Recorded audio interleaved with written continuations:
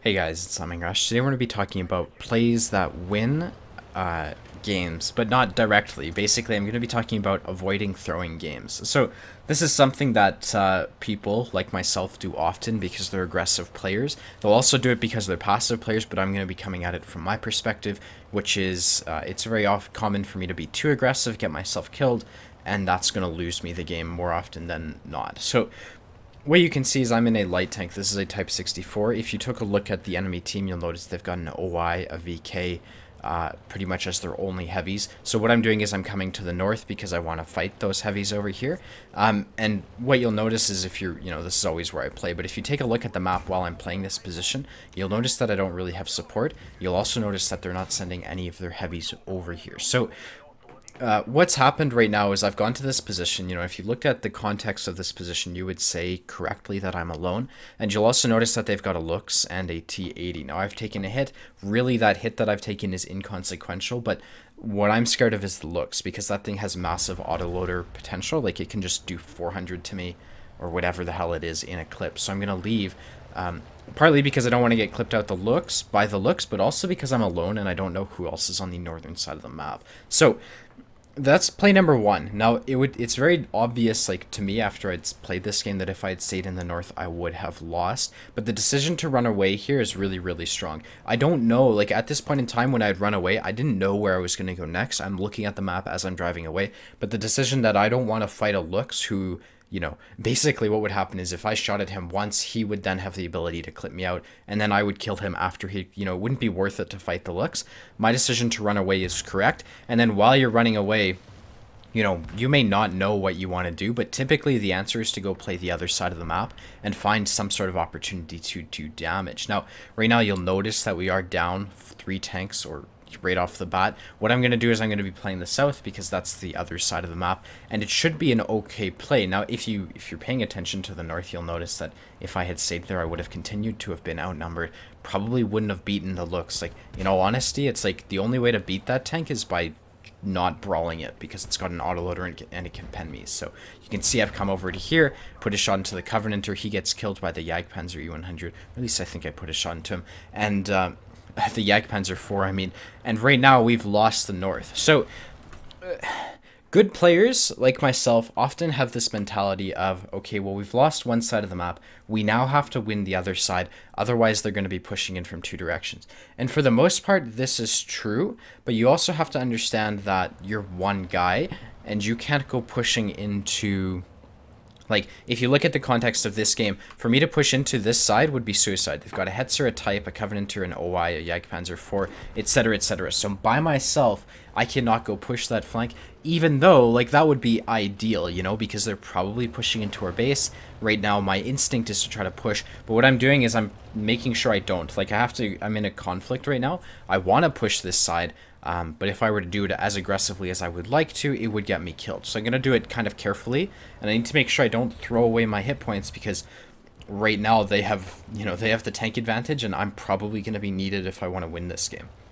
So you can see I'm trying to get shots on people, but I don't want to do it too aggressively. I don't want to get myself killed. There's a T-28 who gets lit, and so from this position I have shots on him. I hit him on my first shot. Now it's just a matter of shooting at him and actually hitting him. I think I'm going to get this shot right there. The Panzer 38 almost gets the kill, but he doesn't.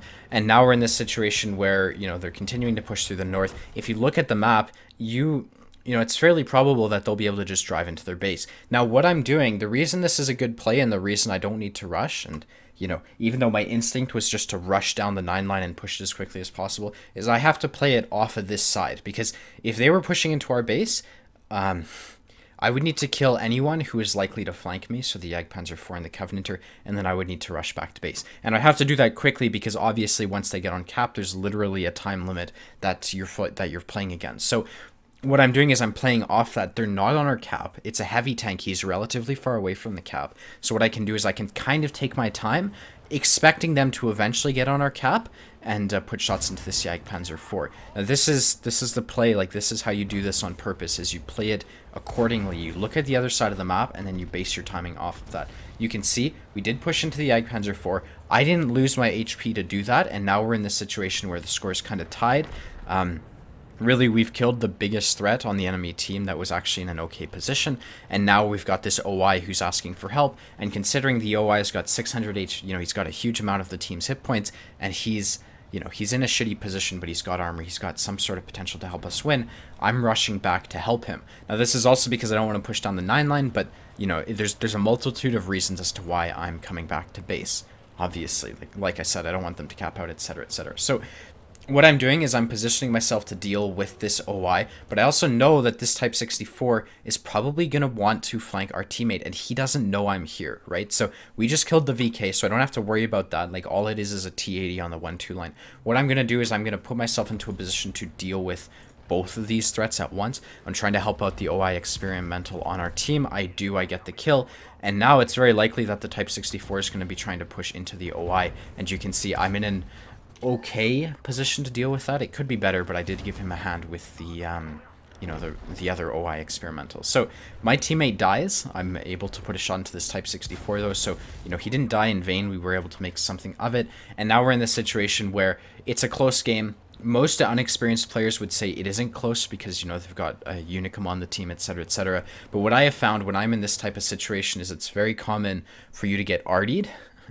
For one, like, anything that's shooting HE will decimate you if you're in a light tank. So RD has a huge capability of winning them the game. All it takes is one of them to get lucky, and I'll be one shot. They've also got the Hetzer, which shoots HE, and those things are relatively quick. And then the Type 64, if he gets himself in a good position, does have the capacity to win them this game. So what I need to do is I need to play to my team, and I need to play to the context of the game, just like I did earlier with playing the South and playing that off what was happening in the North. I want to go after people, but I have to make sure I have teammates with me, because light tanks die extremely quickly for the reasons I stated. So I'm going after this Type 64. You're going to notice that immediately I'm going to be worried about getting focused by Artie. That's why I'm kind of hugging cover right there. I'm able to pick off their Type 64 for free, and now I have to get safe because I don't know where the Hetzer is, and obviously the 2 RD are going to be gunning for me. So I'm making sure I'm unspotted right here, and now we're going to start being aggressive. I do have the hit points, but I do kind of need to be careful as well. Now, the Hetzer has really low view range, and I remember this. Like, for whatever reason, I don't play this tier often, but I do remember that the Hetzer has low view range. So after I spotted him, I just kept pushing in, and this is kind of this is a risky play I make right here. So there's a Covenanter right here, and this is the type of play that really, really does get you killed when you're trying to carry. I would actually suggest, like 9 times out of 10, just ignore the Covenanter and change the context of the fight, because what's happening here is I'm shooting at a Covenanter. Obviously, I can trade HP with him, but the RD is going to be gunning for me. So you're going to see, I'm going to put a shot into him. I get the kill, but like, it's not worth it because it costs me 234 plus 160 HP plus an ammo rack, right? So I'm ammo racked right now, and I'm a one shot for the Hetzer, and all the RD has to do is splash me. So basically what I'm trying to say is that I got lucky right there because the RD didn't outright kill me. My advice would have just been to have kept moving. Like, if you're in that situation, don't stand still because RD's just going to be gunning for you. You need to make sure your RD's safe, especially because RD aims so quickly nowadays. So, right now I am alive. I am ammo racked. I do bounce the Hetzer. I'm in this situation where I kind of have support, but if you look at where the VK is, like, he's not in a position to support me. The Jagdpanzer 4 doesn't really have shots on the Hetzer, and we do have a T-67 flanking. So, they kind of have support. I kind of have support, but not really. It's not actual effective support. You need to be aware of where your teammates are looking for that. So I noticed that the T-67 is YOLOing the Hetzer, so I start pushing forwards. In my mind, he'll have no problem killing the Hetzer. I put a shot into the Hummel because what I knew what would happen is as the 67 was pushing the Hetzer, RD would be distracted, so that's an opportunity to put shots into them. It takes quite a lot of time to kill an RD when you're ammo wrapped. So I do that.